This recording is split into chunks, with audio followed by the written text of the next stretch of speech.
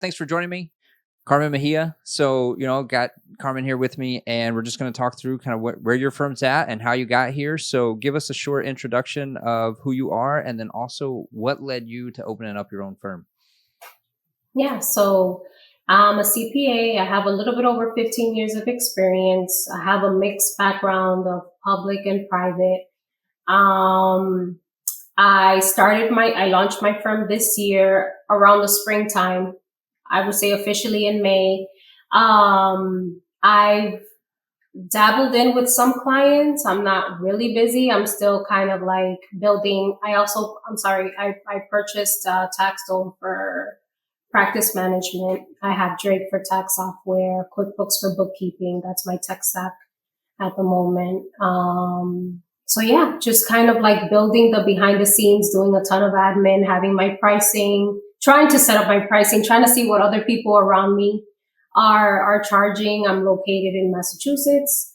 So yeah, and kind of like doing a ton of marketing on social media right now, which is outside of my comfort zone because I'm Yeah. definitely not, I'm your typical introvert. Like even on my personal page, I hardly ever post. Yeah. So, yeah, I'm kind of like putting myself out there just to see what happens in the busy season. Yeah. So why'd you jump out on your own? What led you to that? So it was a coincidence, kind of. So I had been, like I mentioned, I was in corporate. I had been in a role as a director of accounting at a pharmaceutical company for over 3.5 years. And they decided they were going to relocate to another state. And they asked me to relocate or take the severance package. I took the severance package, and coincidentally, I also had some personal things happening that I ended up taking a longer break than I had expected at the time. I was laid off officially in June. They told me in February. I was planning to take the summer off and just start back in the fall, and things didn't end up that way. And then December, I started like just getting on LinkedIn, and somehow I ran into posts of yours and other firm owners that have gone on their own. And I just started following you guys and just hearing the success stories. And I was like, this is it. Like I just got to a point where I was also really burned out, and I didn't want to go back to what I was doing, working the amount of hours that I was working. I enjoyed the work, but it got to a point that it was too much. Yeah. Yeah. Yeah. That's awesome. So, yeah, so I was going to ask too, like why May, but you kind of covered that, right? So, maybe not ideal, right? In terms of picking up tax clients, but in a way kind of is too, because then, the ones who are reaching out now are the ones that, are thinking ahead, and you have time to connect with them, and then you'll know kind of what you have ready for next tax season. Yeah. Like I said, I wanted to do research and make sure that I was like 100% on board, and joining your mentorship and connecting with other solo owners helped a ton and gave me the confidence I felt like I needed. And I'm like, this can happen. But I wasn't ready to kind of just go like, do everything off the bat, like right in January, February. So I did contract for someone preparing returns during that time. And yeah, I was like, I can definitely do this. And so here I am. Yeah. Yeah. Contract work's a great option too, for kind of that first year to subsidize, waiting for the clients to come in. So what type of work, what type of client do you have have that? I mean, it may change, right? But what's that look like for you right now? Like what's your goal? What have you already kind of gotten? What's that look like? So I have some bookkeeping clients already, which is great. I want to dabble into the bookkeeping space as well. I've always liked tax. I just kind of was in audit and accounting for most of my career. I've had some tax projections for people that have some activity and they kind of want to like not have surprises in 2025. Yep. But as far as ideal clients, I would say kind of like your small businesses, your Schedule Cs, your S Corps. Excuse me. I haven't done much on partnerships, and I kind of want to stay away from that for now. But yeah, that's kind of like when I see my ideal client base, I would say like just small businesses, Schedule C's, obviously 1040 work, and Yeah. on an entity side, S corps. Yeah. And with that, is it pretty, you got so many people now that are like niching to like, oh, I only do dentist. And is it like, you're like, hey, whatever, like small business, the accounting work, like I can do any of it? I can do any of it. I would say that I'm not niching on industry, on like dentists or doctors or anything like that, but I would like to stick with professional services and stay away from inventory. Yeah. Yeah. Inventory, sales tax. Yeah. Yeah, I hate those that things stuff. too. I hate those things. Yeah, I hate partnerships. So I stay away from those too. I just yeah, don't really like them. And then are you yeah. I said that last time too. Are you in person or virtual? Both?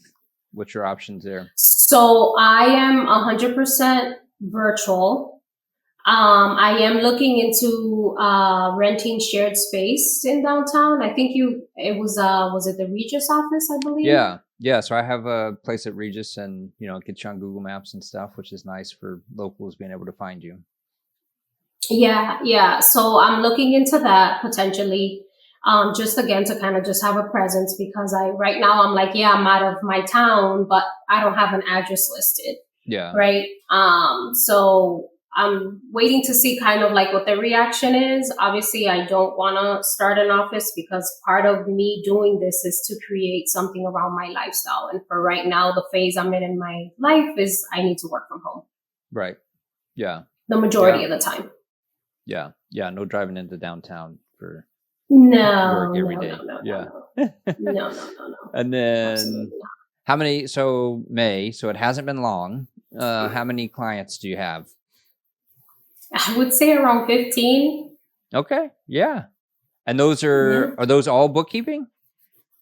No, so Okay. I have around, there's been around like 4 or 5 bookkeeping, and then the Okay. rest have been like tax projects that have come through. Yeah. Some late filers, they're like, oh, I never got around to filing Yep. 2024. And, some of the feedback I've gotten is some of the people that have done their 2024 returns, they're like, I just didn't have the time to go sit with my tax preparer. Mhm. And I'm like, you don't got to sit with me. I'm Yeah. virtual. Like, we'll meet in person. I sent them the link for Tax Home, and they love the fact that they didn't even have to meet with me, and they just scanned everything through the app. So there seems to be a need for that. And I think given the era that we're in where everything's just technology driven, like it should be a good thing, I think, going forward. Yeah. I may have those outliers, and I'll deal with those when they get there. But Yeah. Seems like, so far, everyone's enjoying.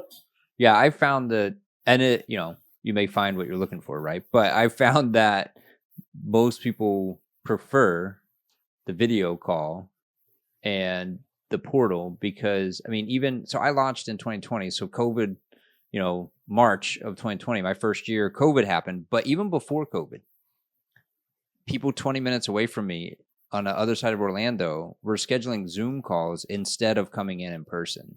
And it just increased after COVID because, more and more people got comfortable with Zoom calls and stuff like that. And it was the norm. And so, yeah, I typically find, a handful of people that are like, oh, well, can I drop my documents off? And I'm like, I don't think we're going to be a good fit. Like, you might want to go find someone who has the traditional office. But yeah, the vast majority of people I find kind of like it better because, again, maybe if you're in a small town, right? Okay, I'm going to drive 5-10 minutes over to you. But Orlando, big city, right? It's like, I'd rather call you on Zoom than drive 30 minutes anywhere within Orlando when traffic's bad. Exactly. That probably helps too. Now, question for you. When you launched, that was right before COVID. Were your plans to be virtual from the get, or were you going to rent a space? So I had the Regis space, and I had a dedicated office at Regis for January to April. So I was going to do a dedicated office for tax season every year. But my network, I was from North Carolina. I had moved to California. Then we came to Florida. So I knew that I was going to be having clients outside of Orlando. So I never planned on being just local. So I had Zoom appointments from the beginning. So that was an option. It was a very prominent option. I had a client portal at the time. I was paperless from the beginning because I knew, hey, this is a temporary office just for tax season, and I'm not storing papers at my house. So paperless and virtual from the beginning were very, very much there. So when COVID happened and everyone had to change and switch gears, all I had to do was stop going to the office. Everything else was already ready to go. So I just turned off the in-office appointments, but all the other stuff was already in place. So it ended up being very smooth, which again, luckily, had I launched with like, oh, I'm going to be this local firm and it's going to be like all these local people, that would have been hard. I'm glad I didn't have that idea. Yeah. Because then I would have been in trouble. Yeah. But yeah, the overhead, especially with rent, it adds up. Yeah, and that's why I ditched the in the city, like even the dedicated office. I ditched it after the second year. Like going into the third year, I was like, nobody's scheduling appointments here, and why am I paying even 4 months worth of rent when I can just go sit at home and no one cares? So because that particular office now is like $2,000 a month. So that's $8,000 I get to keep in my pocket just for tax season, right? Just for 4 months out of the year. So it doesn't make sense anymore with where I'm at. I'm sure for some people it still does, but agreed, not here. And the Regis, I still have a membership there. So like if anyone walks in, they will take their number, they'll take their information, they'll send it to me, and they don't know that I just wasn't there that day, right? I mean, I tell people that I never go into the office if they ask, but the experience if someone just walks in is the same as it would be if I just wasn't in the office that day. Yeah. The upside of it too, and why I was looking into it even sooner was, just kind of like not to have your personal address listed. Oh yeah. With the business. Yeah. Yeah. I did that off the bat because I didn't know. Yeah. So for next year, I'm definitely in 2026 gonna just remove. I'm just being strategic with my cash flow right now, since I don't have the, a huge client list. But once I start getting the funds, I'm going to start dabbling into that stuff. It's like you get to know your clients, but you don't know them right away. And, people can get upset about money stuff and tax stuff. I don't want my personal address out there anywhere, just in case. Well, not only that, like I said before, I force myself to put myself out there on social media because I'm like, no one's going to know. If I don't do that, no one's going to know what I'm doing. Right. So you have these public profiles. You don't know who's looking at your stuff. You don't know, like, people are interesting. Yeah. So, So you mentioned TaxDome. So you started with that. What's the rest of I think you mentioned a couple other things too. So tech stack wise, like what's that look like? What are you using? TaxDome. I purchased Drake for 2024, and I'm going to renew for 2025. QuickBooks Online, which I used before when I was in public. And I actually just bought was it the Parker Library? Yeah. Yeah, for research. For research. I did have the person I consulted for last season reached out to help him because he's still working full time on some stuff, and I'm like, I think this is it. I don't want to just rely on ChatGPT. Or online, So I'm like, this is I got to do this now. Yeah. I really I forget how I found. I don't know if it was like I'm sure they send out like I get mail from like CPE providers and stuff, and I'm guessing they get that from online where you register for stuff or the CPA license or whatever, right? So I don't remember how I found Parker Tax Library, but for a couple bucks under $400. So for $400 a year, like what you get for them, okay, there's no AI built in, right? Like there's none of that. I use the tax book also, which does now have like an AI thing that I haven't even tried. The tax book is great for like referencing. I feel like it's got very short summaries of everything. But Parker, I mean, their analysis, is really good, and I trust it because of how it comes together, right? Like you said, I use BlueJ too, but even with that, right, it's like, okay, a person didn't sit down who knew what they were talking about and write this out. It can get things wrong, and so I hope that Parker sticks around. and that they continue to be fully human in the analysis that they Yeah. write and put together, because there's just another level of trust with what they're doing. When I read it that way, to know, okay, this people with decades of experience and a team of people putting this together to make sure that it's right and it fits the context of what they're talking about. So, and again, for under $400 a year, like, I mean, that's a no-brainer. I don't know why anybody wouldn't sign up. That is, I agree. Like I said, I just got it, so I'm still like playing around with it. But I was even thinking, if I can download some of this in PDF and just upload it to ChatGPT and ask for a summary, or you know what I mean? Yeah. That kind of thing. But I know the source, you know what I mean? Yeah. And I'm uploading it. And you know what I mean? I trust the source, and I'm uploading it, and I'm just asking for a summary. Just to kind of, you know, time is everything, just to kind of speed up the process, especially when you don't have a team. And that's where, you know, I mean, they have hours. this.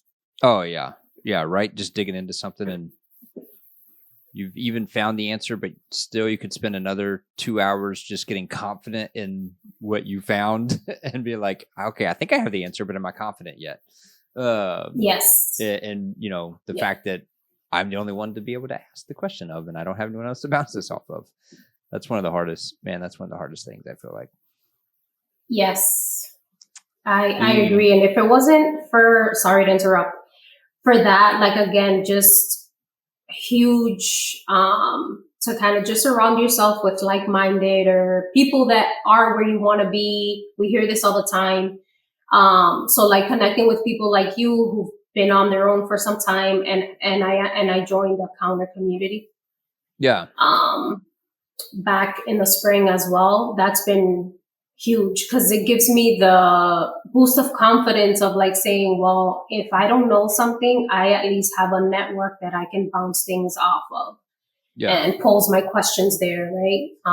Because that's kind of like, it can be scary where you're just like, who do you ask? Like, right. You don't have a boss down the hall that you're like, can you double check this? I kind of have this off. So whatever. Yeah, that's huge. I had two friends that launched firms about the same time as me here locally in Orlando. And so I would call them.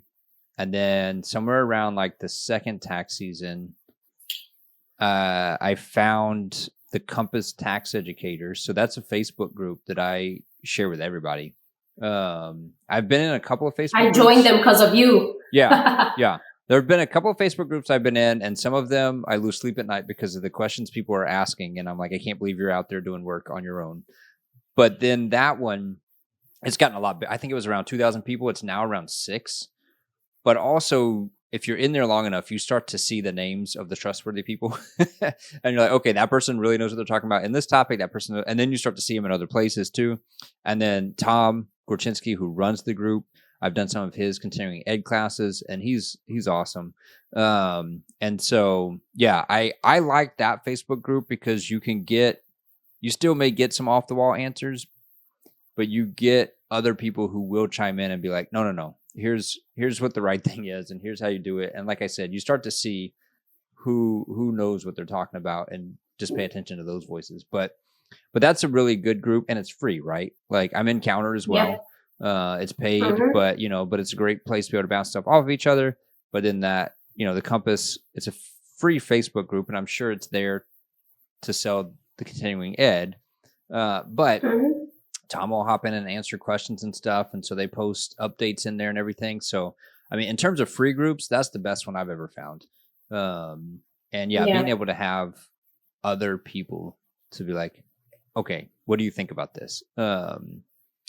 And even if you get like multiple answers that are different, I still feel like that can be helpful at times, because it's like, okay, well, at least here's what I was already thinking, and I see kind of their reasoning, but I see this person's reasoning, and then you can still make a more informed decision off of that because you've seen how other people are thinking through the problem. Yeah, I agree. What's your like process look like? And maybe, I'm guessing that probably still in fluctuation too, especially your tax season process is going to be kind of figuring that out. But onboarding, doing the work, like, what's that look like? You said you're using TaxDome, so I'm guessing you've got maybe a pipeline, or you're still working on the pipeline to get that set up. Yep, I did. I do have a pipeline that I am I actually use the free one that they have on their webinar when you like onboard. And I've been tweaking it here and there just based on, again, those handful of clients that I've had this year.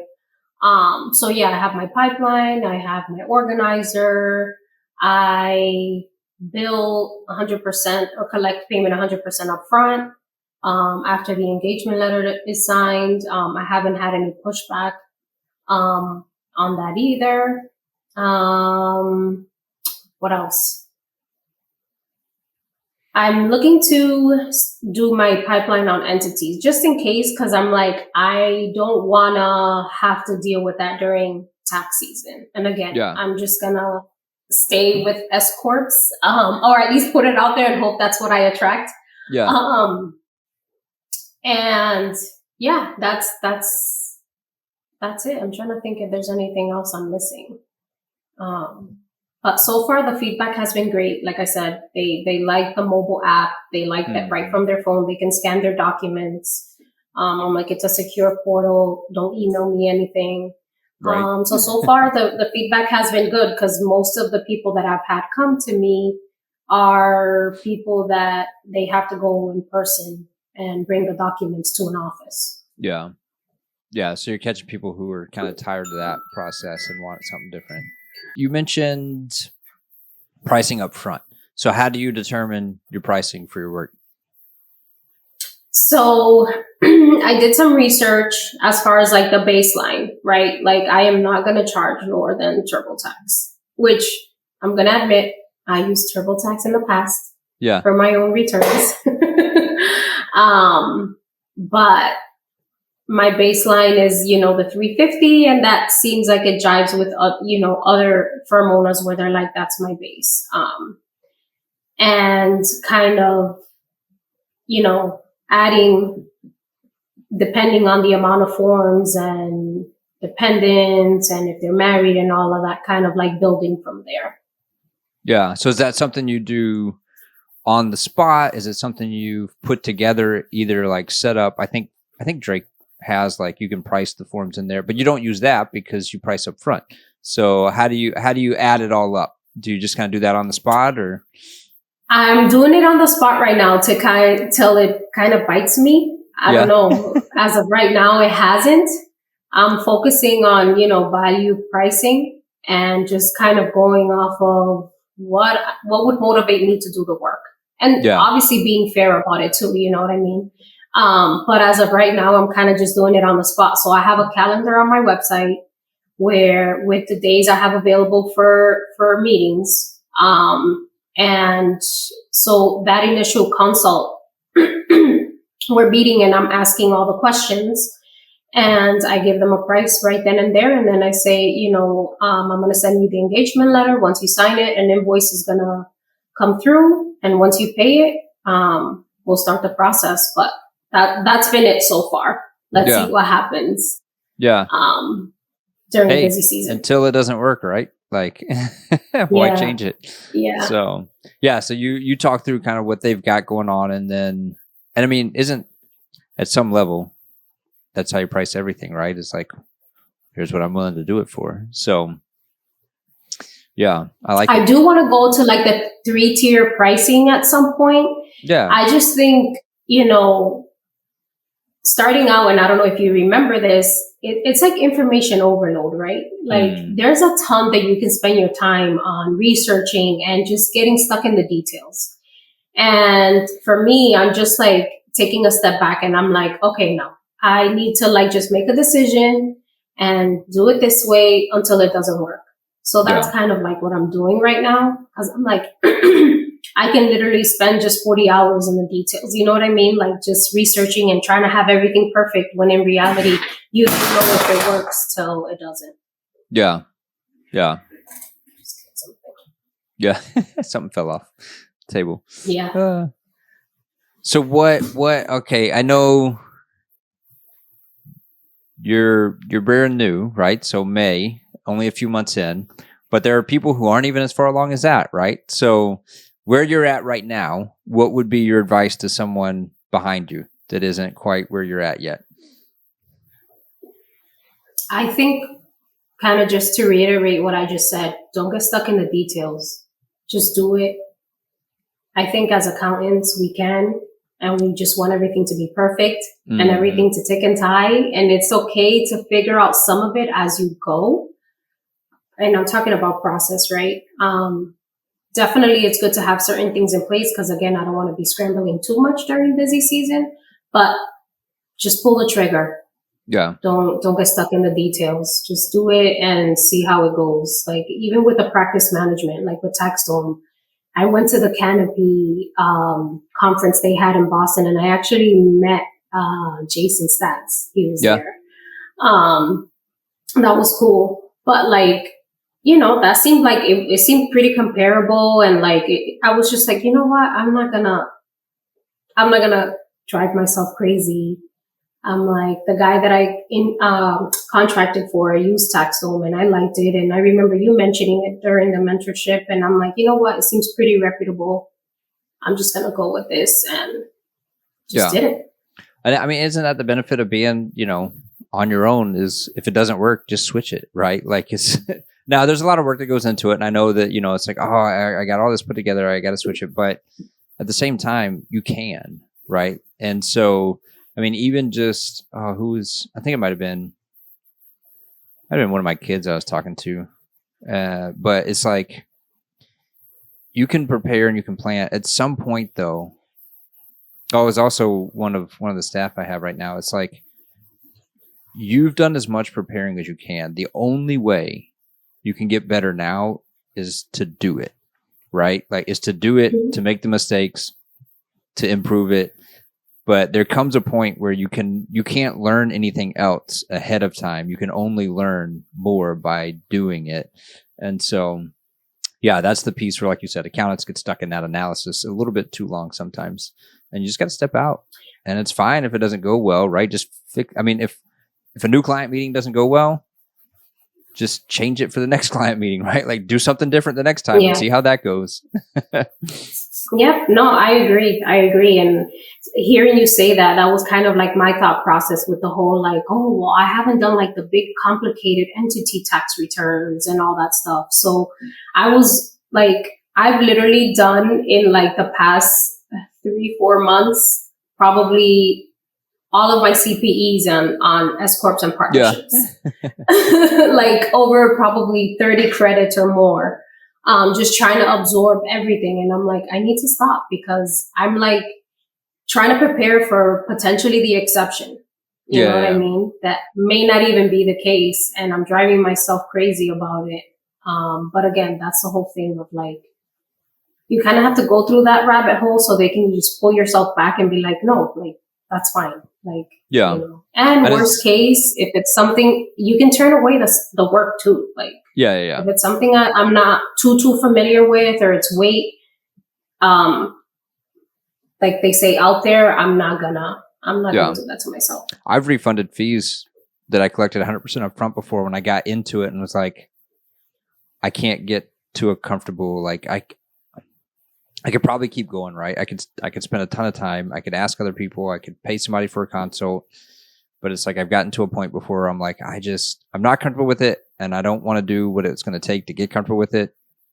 Well, there was more here than what I originally thought. This isn't something that I currently have a lot of experience in, so I think you'd actually be better off with someone else.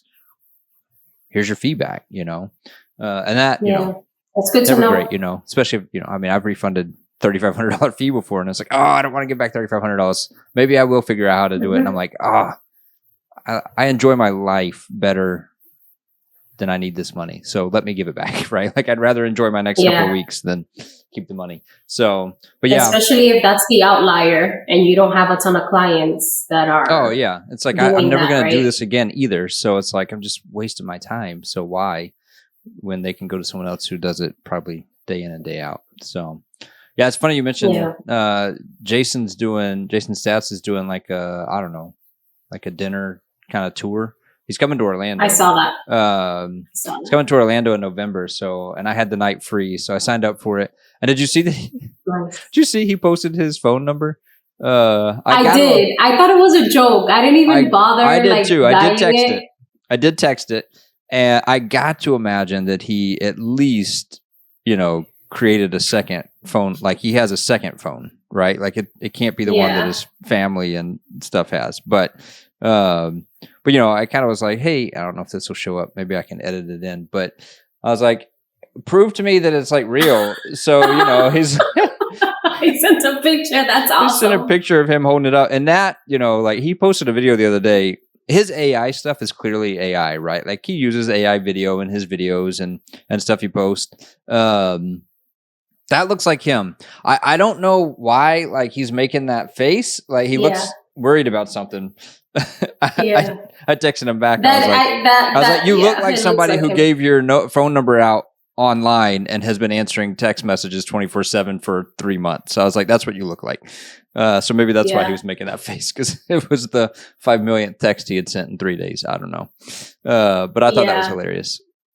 But I texted him a few times, and I'm going to that thing. So I haven't ever interacted with him before, other than comments on LinkedIn. But man, the amount of stuff he puts out is just unparalleled. So it's a great resource with what he's doing. It is a really great resource, and he's kind of because of him, I've been playing more with like AI and what it can and cannot do. Oh man, I watch his videos and it scares me. Like every time I watch a video of his, I'm like, I'm gonna get left behind.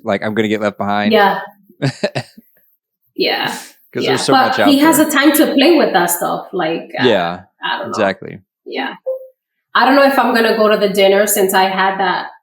It was it was like a morning, and then there was a lunch, and then it broke after that. But it wasn't really, he was the speaker. It was Canopy that was running it, and they brought him in. But let's see, because it was also free. So I just had to pay for $50 to park in Boston. Right. So. Yeah, I don't know where he's going to be in Orlando. He doesn't actually have a location here yet. So we'll see where he's at. It's going to be, the only place you can get stuff probably is over by the parks. So. Over on iDrive. We're actually planning on going in December. We're not planning, we're going. Yeah. As long as all goes well with my son. But we're going to be in December in Orlando. Yeah. Mm-hmm. It's a good spot. It's a good time to come down from Boston to Florida. It'll be nice down here. So nice weather, yes. And I've always wanted to go during Christmas time, so I'm excited. It's actually the week before Christmas. Oh, okay. Yeah. So it'll be. I'm sure they do something big at the parks. We never go over there. We stay away from it. I lived in Miami for 3 years. Okay. And I went up once. Yeah. While I was there, so I can see when you're living there, it is what it is. Right. Well, we're coming up on time. Any last thoughts? Anything you want to share, or what's your biggest challenge right now? I want to start getting clients. Yeah. I'm like, this is crickets right now. And I think it's been a mental battle for me on that end. Just because, you hear all these success stories and you think that's going to be your case off the bat, but everyone's story is different, and it's also not tax season, and people are not thinking about taxes right now. So I don't know, I guess subconsciously I was like, I'm going to have people lining up to come right away. And, because that hasn't been the case, it's kind of like, well, that's not really realistic. Yeah. It takes time. So I'm doing everything I think possible to put myself out there and attract clients. And let's just see what happens. Yeah. Yeah. That's awesome. What you said, right? Like I launched in November and then went into tax season. And even now, right, with traction and with referrals and everything like that, way more people reach out during tax season than they do outside tax season. Once you get kind of that foundation and you start to get referrals and stuff and you have that traction, I think more comes in outside tax season, more than before, but you're still, February and March is when people want to reach out, right? And it's like the first couple of years, I would recommend taking clients in February and March. And then once you kind of have enough for, you can't do that anymore, right? Because you're actually doing the work during Yeah. February, March.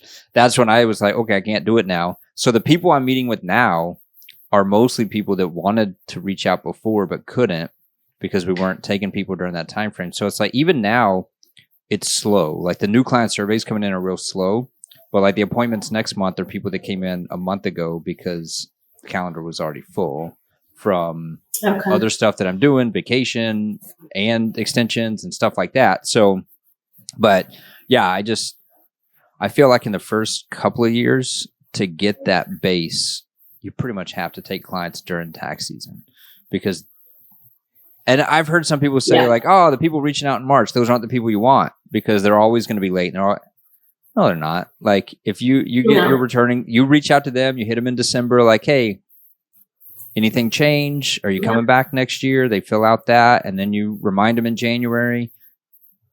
They will. Like there's usually like my person retired or, something got away from us, whatever. But I found them to be good clients, even though they didn't reach out until February or March. Yeah, no, good to know. Good to know. But yeah, let's wait and see. I hope to be one of the many success stories. Like I said, all you can do is do what you can. And like I said, put yourself out there and hopefully get busy enough. Yeah. I mean, but I don't want to get too crazy. Yeah. If people can find you, they will, because there's plenty of people looking. So I think that's the biggest thing, right? Is awareness and making sure people can find you. And even if it's super basic, a 1-page website or something, right? Where at least they have a spot to land that tells them, I don't care what it is, email me, set up an appointment, fill out a survey, but tells them what the first step is in contacting you. I think that's huge.